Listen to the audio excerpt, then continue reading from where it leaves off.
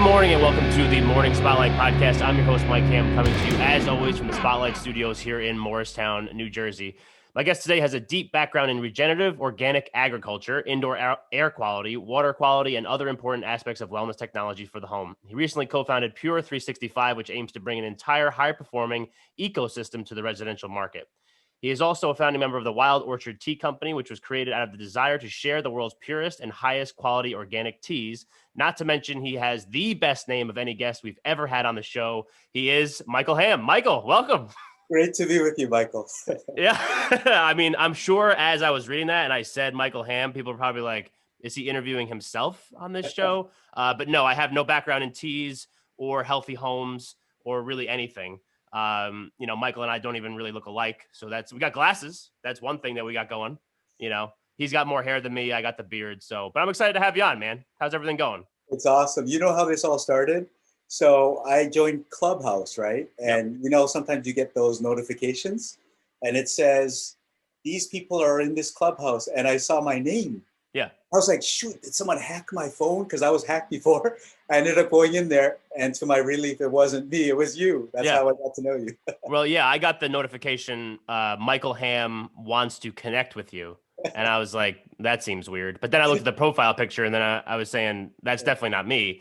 But then, because I know that there's like an old LinkedIn account of mine floating around there somewhere that I still somehow get emails for, but can't find how to get back in there and just get rid of that profile. So it's like, hey, Mike Ham, why don't you connect with these people? So I was like, maybe it's that. Maybe somehow that one got hacked and now they're trying to reconnect with me. But no, we're here. And it actually works out really well because one of the things that I highlighted in your bio, the Pure 365, fits the real estate type focus that we have on our Tuesday episodes.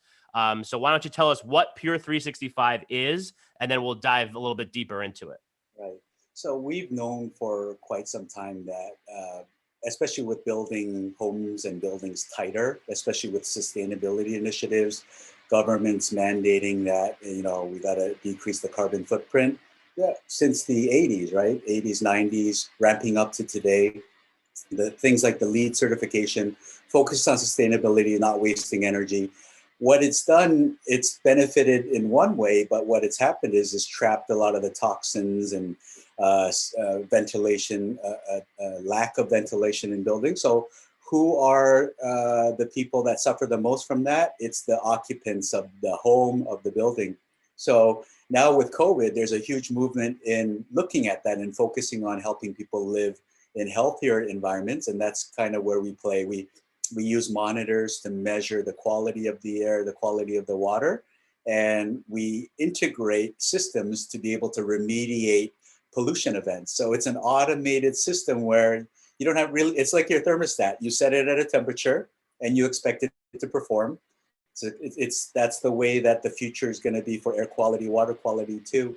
You just set it at optimal levels and you let everything work in behind the scenes.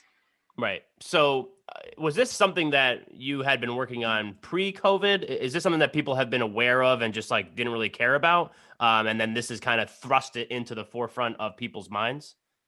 Oh, definitely, much so. So I've been working on this for about a decade. We were going into homes, inspecting homes, people who suspected mold.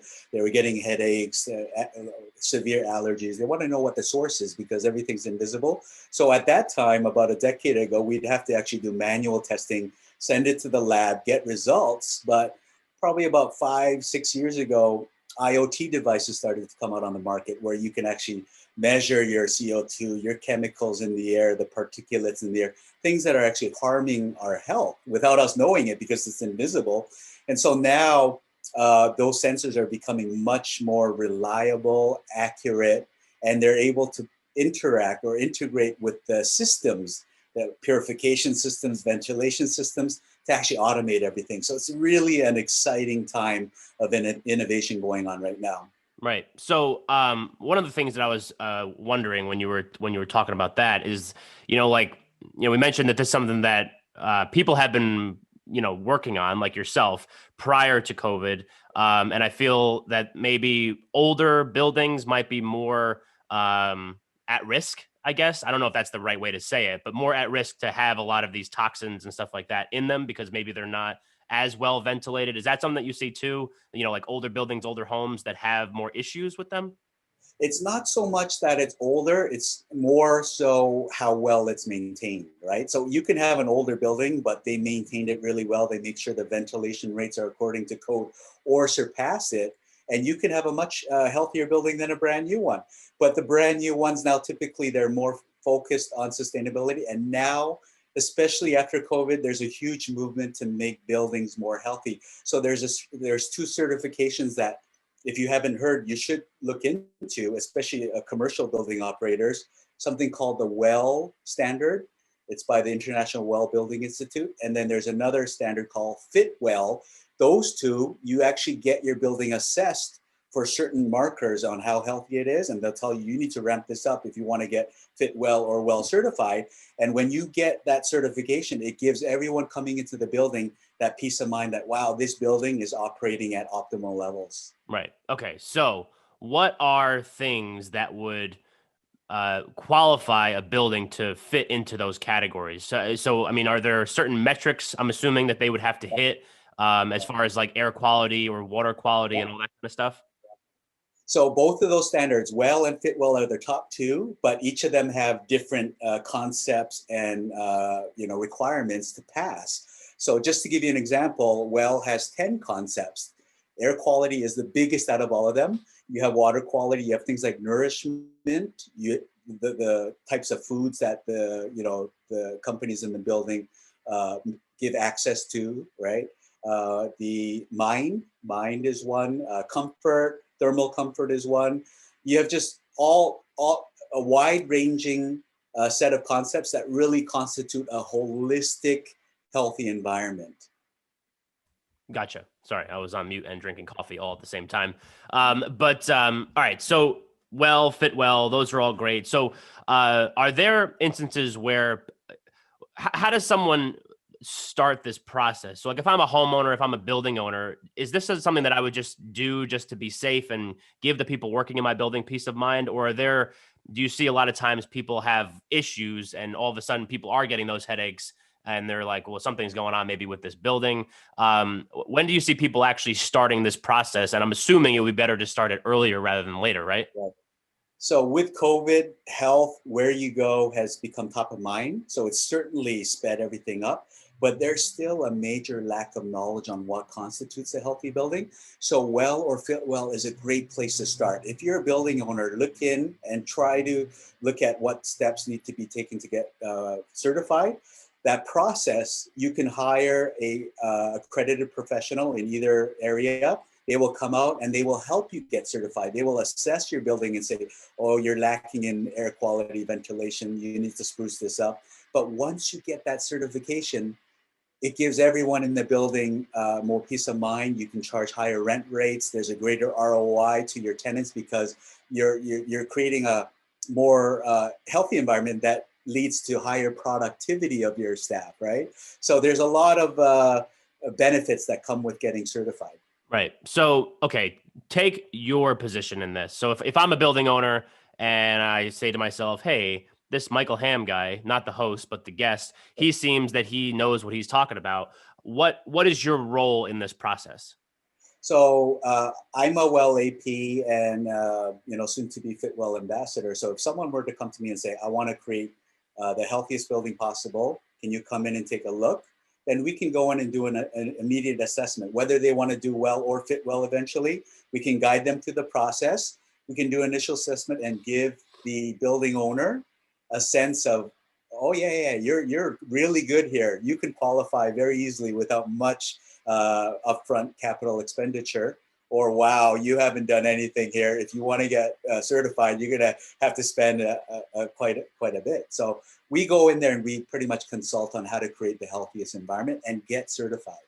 Right. I mean, it's funny that you say that if people haven't been maintaining their building all that well, are there ever instances where they're just like, you are so far off, this building it sucks. Like it's going to take a lot to get your, building to where up to snuff, so to speak. Right. So the way that I explain it is usually code by jurisdiction is really the bare minimum. Yeah. Right. So people are, well, they have to, they're obligated to keep that bare minimum. Right. year by year getting their permits renewed and stuff, but licenses. But if you really want to create a healthy environment and give peace of mind to your workers, to your tenants, you have to go beyond code. And that's what FitWell, that's what Well does. That's what it provides. Right. And then, I mean, I know a lot of this comes under the technology, you know, umbrella, I guess. Yeah. So are there cool technologies that people have now to kind of like keep track? Is this something that if I go into work and is this something where like it would take my temperature and make sure that I'm healthy? Or is this something more on just like the building side, not necessarily the people in it? So taking temperature is not part of these certifications. There are a lot of businesses right now, big commercial entities, that's what they do. They have a check-in station right now where it takes your temperature. If you're good, you're able to get your pass to go up to your appointment, right, in the building or to your desk. If But speaking a bit about technology, the beauty of it now is more and more companies, they're allowing their workers to gain full transparency to the state of the indoor environment. So you'll be able to actually go into your workspace and log into your app and see what the air quality is where you're working. That's the ultimate peace of mind, because people are afraid to go to work these days for obvious reasons. But if you can show as a building owner or a employer that you've done everything to create the safest environment possible, that's what it's going to take to get people back and working productively. Right. All right. So let's talk also about the residential side of it too. So, you know, obviously the commercial aspect, people working in offices is all very important to what we're talking about on this show, but also we've done quite a bit of residential stuff. So I do want to make sure we cover that also. And this also goes into the residential side of it as well. So is this something that, because I mean, you're in New York, I'm here in New Jersey, as I'm sure that you are aware, the residential markets, particularly here in Western New Jersey, were popping off last summer. I mean, they were going insane. And I know that that's like for a variety of reasons, which we all understand why that was happening. But is this something that maybe people should be doing prior to purchasing homes? Is this something that you can do prior to purchasing a home to know whether or not this meets, you know, certain criteria so that the house that you're buying, you know, is a healthy home or not a healthy home? So, Michael, we're not there yet, but we do believe in the residential market. It's going to follow the commercial market. So there is going to be some sort of, just like in Zillow, you have the sun rating on how, how good solar will be on your property, right? It's south facing. They have a neighborhood index where if it's high, you can walk to stores and shop. You don't have to use a car. There's a walkability index.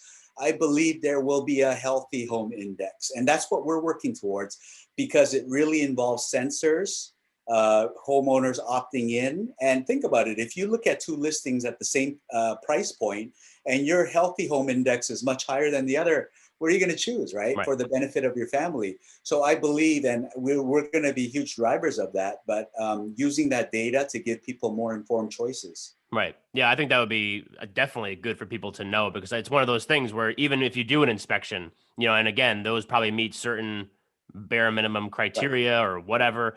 So I feel like this would be something like you were mentioning that would be great to know going in, because as you mentioned earlier, you know, if the home or the building hasn't been maintained in a long time, it could be a significant capital expense to get it to where it needs to be and make it safe and healthy for your family or your employees or whatever.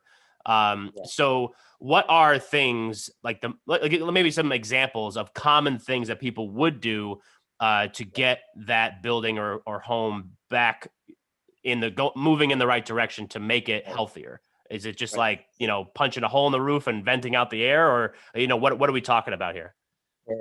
Well, that's a whole new section that'll take much too long to go over everything. But to give you a 30,000-foot overview, the trifecta of indoor air quality is really good filtration. We call it advanced filtration.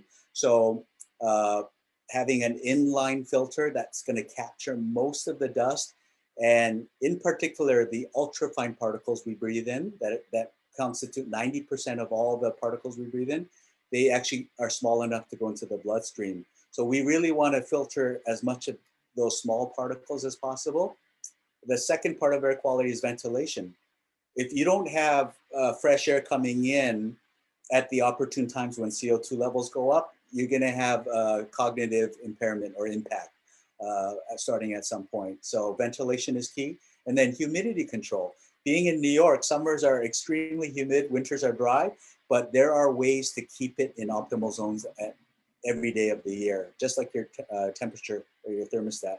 And then radon control. So those four are really if you handle all four of those issues, then you can bet that you're going to be very happy, and the home that you live in is actually going to contribute to your health, not detract from it. Right. So just out of curiosity, and I know that you're very passionate, as I mentioned also in the bio, about, sustainable farming methods, right? Agriculture, and then healthy lifestyles and all that kind of stuff. So how did you get involved? How did you start getting involved in this type of stuff with the healthy homes and the healthy buildings? Sure. So I'm really interested in just simply the human condition, and more specifically, the physical condition. There's mental, there's spiritual, there's all these other aspects. But when we talk about physical and we track health the last 200 years, Michael, do you know 200 years ago, the cancer rate was 0.5%? It was less than 1% 200 years ago. Yeah. 100 years ago, it was like 5 or 6%. Do you know what it is today? Guess. It's probably way higher. I would assume it's like 30 to 40%. Right. Isn't that crazy too? Because I feel like back in the day, you watch old movies, everybody's smoking, everybody's just drinking nonstop. It's very interesting. Yeah. So the reason why it ramped up like that, there's a correlation with highly processed foods. So sugar, saturated fats, flour, processed flour, they all came out like 200 years ago, 100 years ago. So there's a direct correlation to that. So when it comes to physical health, the way that I try to contribute to society is educate people on how to bring in nutrient-dense foods, clean foods, without chemicals, without pesticides. The gold standard is regenerative organic foods. That's the best thing you can consume and bring into your body to allow you to thrive. The second aspect of it is to limit the toxins and chemicals that are in the environment from entering your body. So it's twofold: bringing in healthy foods and then keeping out chemicals and toxins out of the environment. So that's where it is. Food and environment, that's where it is for me in order to have a solid footing on longevity.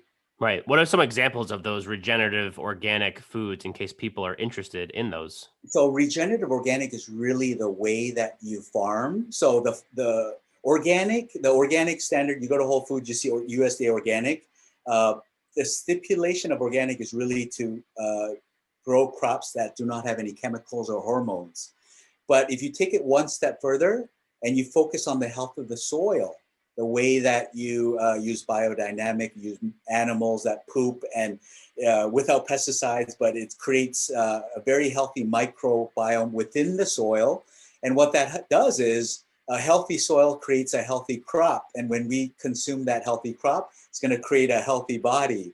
So it's not really what kind of foods. You want to look at how they grow the crop, whether it's a strawberry, whether it's a banana. Is it regeneratively, organically grown? And if it is, that's really at the highest level of farming that's going to benefit your health. Got it. Okay. And this is something that do you practice what you preach? Yes, Okay. At the highest level. Like if you follow us, we'll give you an in-depth scene on exactly how we do it through our social media. So please follow us. Yeah. Which social medias? Let's just plug them halfway through this episode. So what are we looking at? So if you go to Facebook, LinkedIn, Instagram, just look at Wild Orchard Green Tea. Our website is wildorchard.com, so you can see our whole story there, what our philosophy is. It's really about making an impact on human and planetary health. Okay, that's a perfect segue, because now I want to talk about Wild Orchard. So how did that come about? How did you get that started? Are you a tea farmer? Is that basically what you are? No, so I started drinking this tea maybe 20 years ago. I've actually started my organic lifestyle about 20 years ago. So it's been a couple of decades, but I started to drink this tea. I really enjoyed it. I knew how they farmed it back then. I just didn't know it was called regenerative. I just knew it was done at the highest quality. Yep. They wash it 4 times. Like there's no tea farm that washes their leaves 4 times because of the pollution issue everywhere, right? So particulates land on crops. And if you don't wash it, you're going to be eating it. So this farm, when I heard that they were washing it 4 times, it's like, wow, they're really focused on the highest, cleanest product. And, but they were, later on, I found out that they were a very small farm. They weren't business people. They didn't really have the mindset or vision to like make this available globally. And, I'm an entrepreneur. And if I see something good, I want to be able to share it with the world. And so we got to talking, and eventually we became their global distributor. So we are talking to the farm like on a weekly basis, like sharing information. What are you doing these days? And we're trying to show people. And, Michael, the big thing is when you go to shop, right? When you pick out a banana, do you know how it's grown? You have no idea, right? In a tray? Yeah. That's about the extent of my knowledge of bananas. Right? Yeah. So what we want to do is bring deep transparency to that. We want to show people exactly where their tea comes from, how it's grown. And by doing that, what we do is we make everyone else honest. And what I mean by honest is grow for the end user, not just for the business to make money, but making money is great. But the ultimate goal should be bringing value and high quality products to the end user, right? And so by creating this transparency, it actually gets consumers to question other people. How are you doing it? And it brings up the quality across the board. That's what we're trying to do here.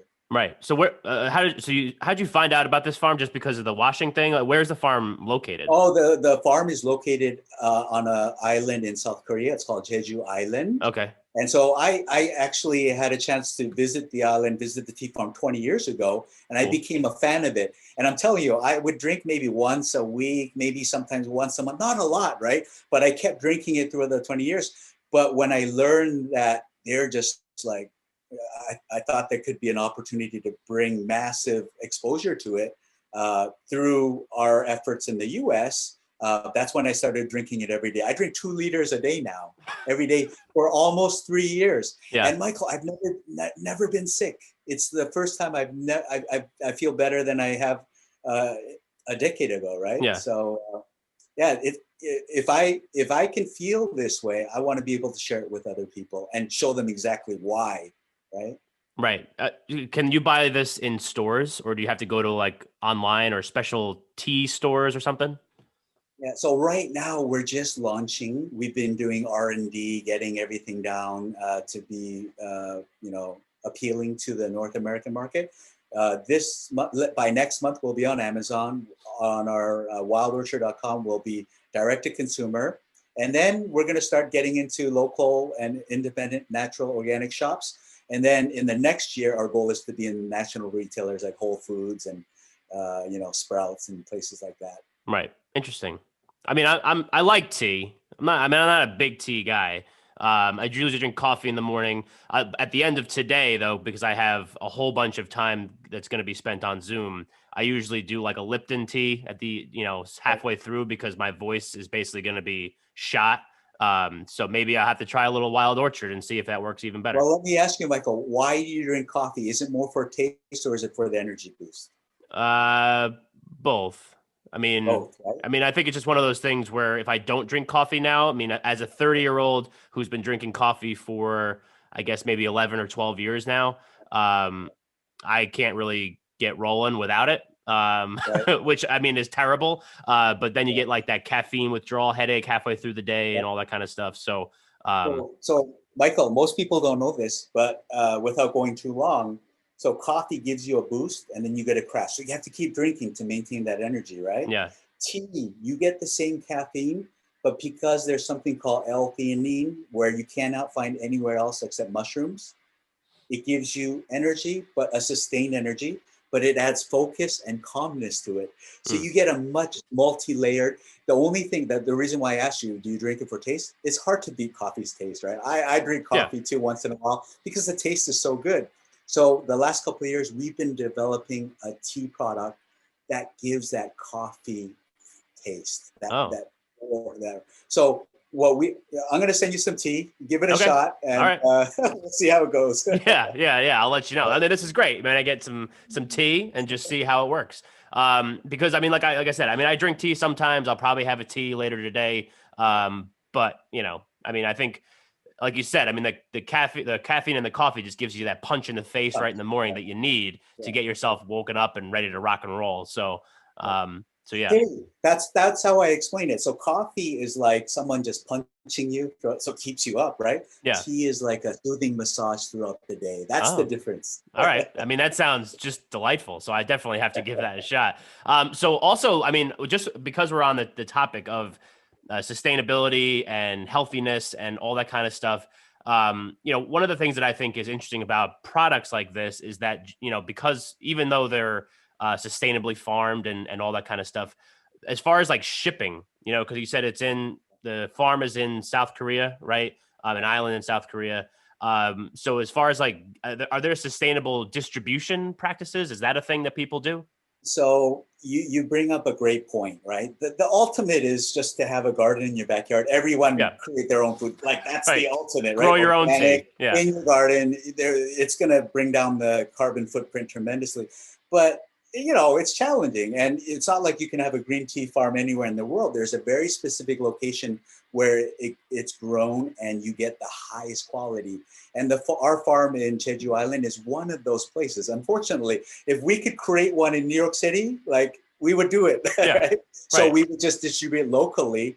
But because that's one of the challenges, we try to decrease the environmental impact through more sustainable packaging, things like that. But shipping, there's not much you can do, right? Because I mean, shipping is shipping. It's shipping. So those are one of the drawbacks. But there's other ways you can pay and donate a certain amount to decrease your carbon footprint, to offset it. There's many practices like that, but we really try to do everything we can to be sustainable. But that shipping aspect, that's something that we can't really do much about. Right. Yeah, I was just curious because I feel like that's something that anybody that's going to ship anything, whether you want to be sustainable or you don't care, is going to be something that you have to deal with. So do you ever because you seem very passionate about this, do you ever work with people like one-on-one, like, hey, this is what you're doing wrong about, your healthy or non-healthy lifestyle?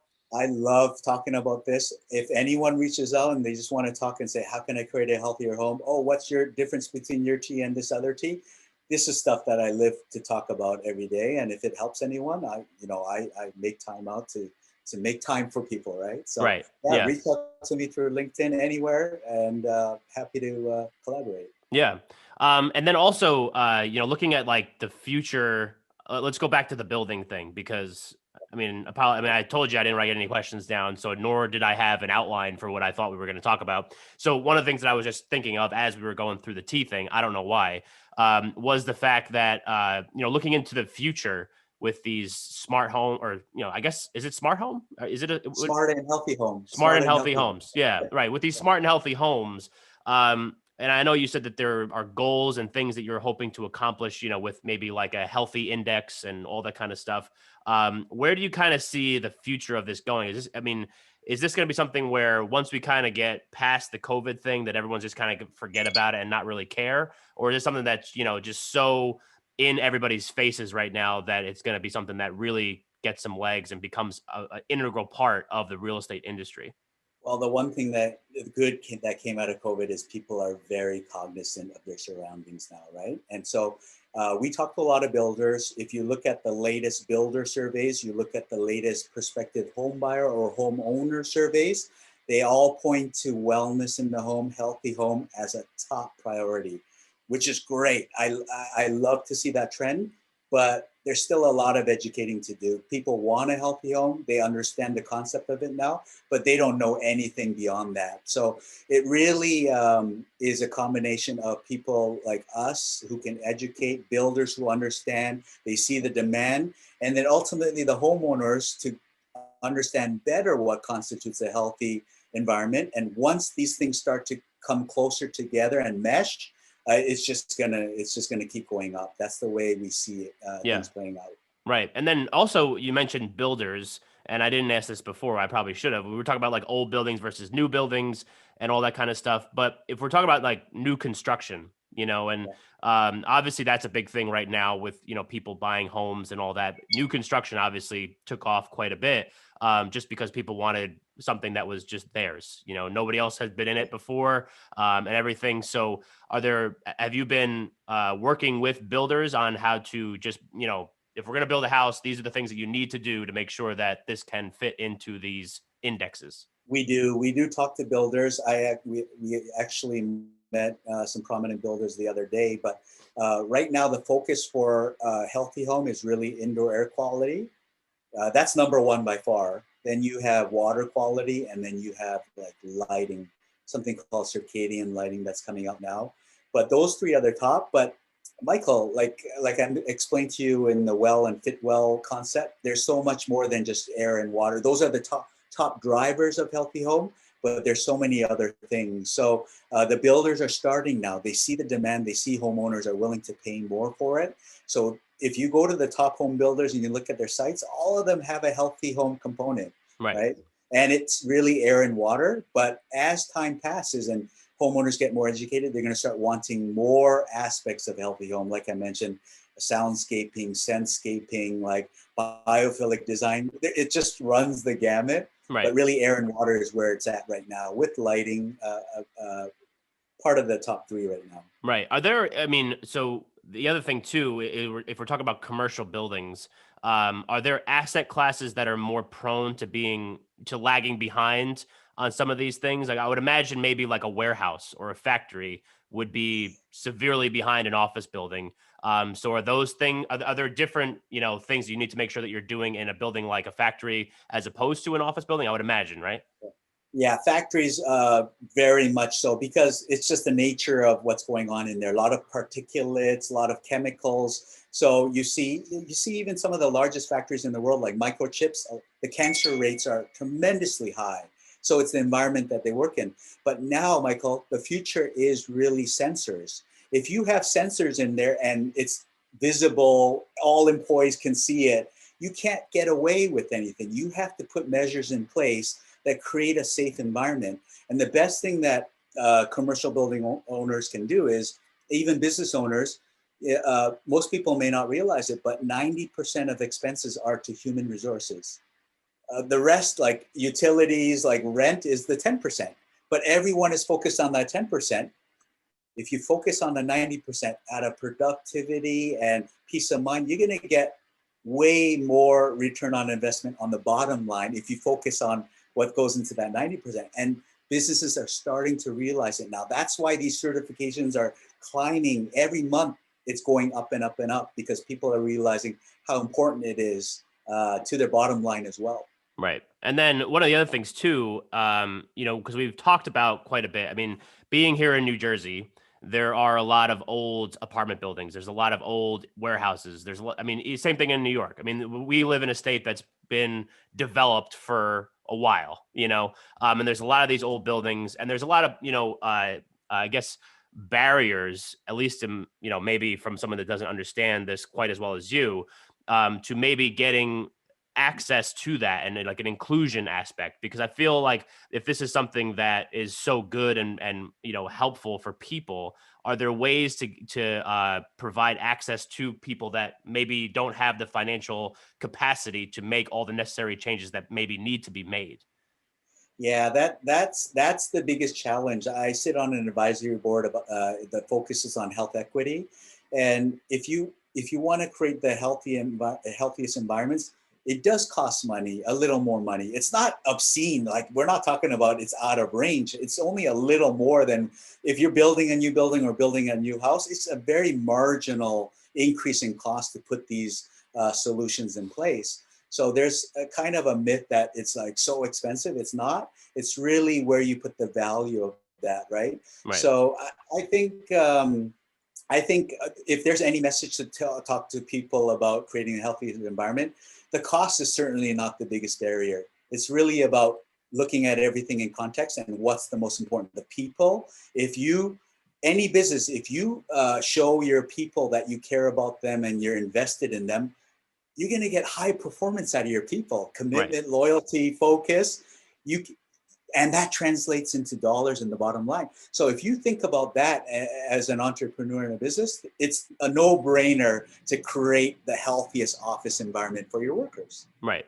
Yeah, no, I think that's very well said. And, because it's just one of those things where it's, people might be scared away because they don't quite grasp the whole concept, so, which is why I'm glad I asked that question, because like I said, you are an expert, so why not ask the expert?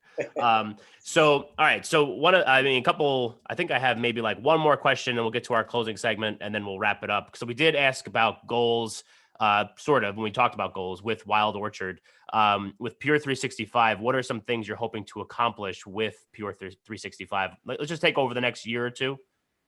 Right. So because we typically spend 90% or more indoors, whether it's our home office or the car, our goal is to really create the healthiest environment. So in the end, we've learned from COVID, right?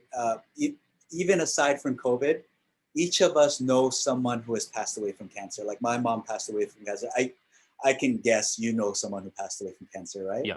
Right. So, it's the biggest shame. It's a life cut short because of disease. And to me, it's all preventable. 70 to 80% of our health is determined not by genetics, but our lifestyle and the environment that we put ourselves in. So I'm really about trying to create the biggest impact on health through healthy environments. And it's about creating more longevity of health, of life. And I think that's the biggest way I can contribute to society, to help people in that way. So with Pure 365, it's really about getting people to, make the invisible visible for them, and then to give peace of mind that, wow, my home is the safest, it's the healthiest for me around. I don't have to worry about it. That's really what our goal is. Right. Awesome. All right. So let's move the show into our closing segment, which we call Under the Spotlight. So the Spotlighters, which is what I call the Spotlight listeners, have been listening to Michael Ham and Michael Ham talk for about 40 or so minutes right now. So if there's one key takeaway that people need to take away from this episode, what is that one thing? So you are under the spotlight.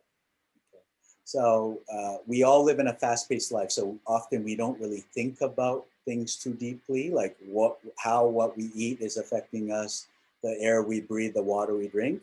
All I want to share with you is 67% on average, the American average diet is highly processed foods.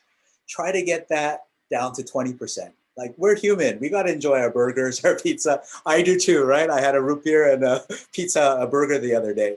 So, but try to keep it under 20%. 80%, if you focus on highly dense, nutrient-dense foods, organic, clean foods without chemicals, grown the right way, 20% you splurge. And then over time, as you feel, and know more, it'll go more to 90-10, right? So just focus on that. When it comes to your environment, everything's invisible, but we know there's no such thing as safe tap water, right? So if you're drinking tap water, it's not safe. You got to figure out putting on a purifier or filtration there to protect your family. It also allows you not to buy bottled water. Like you talked about sustainability. When we buy bottled water, it's coming from somewhere, and it's literally filtered tap water most of the case, right? Right. So why not I'm saving you money here. Put a really high efficiency filter under your sink. You never have to buy bottled water, and you can have better than bottled water quality at home. So that's water. Air, same thing. It's invisible, but it's killing us. So COVID is a faster death because of the way that the virus attacks us. Air pollution is a slow death, but it's the number one health threat by WHO, causes 8 million premature deaths per year. It's more than what COVID did last year, right? It's serious stuff, but because it's a slow death, people don't really think about it. So I'm really here to educate, let people know that you can create a healthy environment. You just have to spend a little time to learn more about it, and we're here as a resource. Awesome. Yeah, I love that Under the Spotlight segment. So you mentioned that you're here as a resource. So if people need more Michael, where do they go to get it? Pure 365 is one area. That's our website. I'm a little different. I'm an entrepreneur. I like to, obviously the business has to sustain itself. You don't have to buy anything. If you have a question, just send me information. I'll share all my experience and knowledge. And if you want a solution, I'll tell you what the best ones are. Awesome. Awesome. Yeah. And then I'll make sure that I put the Instagram handles and social handles that you mentioned earlier with the Wild Orchard in the show notes as well. Obviously Michael is a great guy. I mean, we have the same name, so why wouldn't he be? But I'll make sure I put everything you need to contact Michael in the show notes, like I always do. I will always also make sure that I put all the Morning Spotlight stuff, the morningspotlight.com and the morningspotlight@gmail.com in the show notes as well. So if you want to reach out to the show, Michael, again, I appreciate you coming on. This was very peculiar, I guess, the way we kind of kicked it off, but I think it worked out great. And I feel like the Spotlighters are going to get a lot of value from this episode. So I really appreciate you coming on. Thank you for having me. And we definitely got to meet up, in the coming months. Of course. Yeah, no, absolutely. I would love that. And Spotlighters, thank you for listening, and we will catch you next time. Thank you, guys.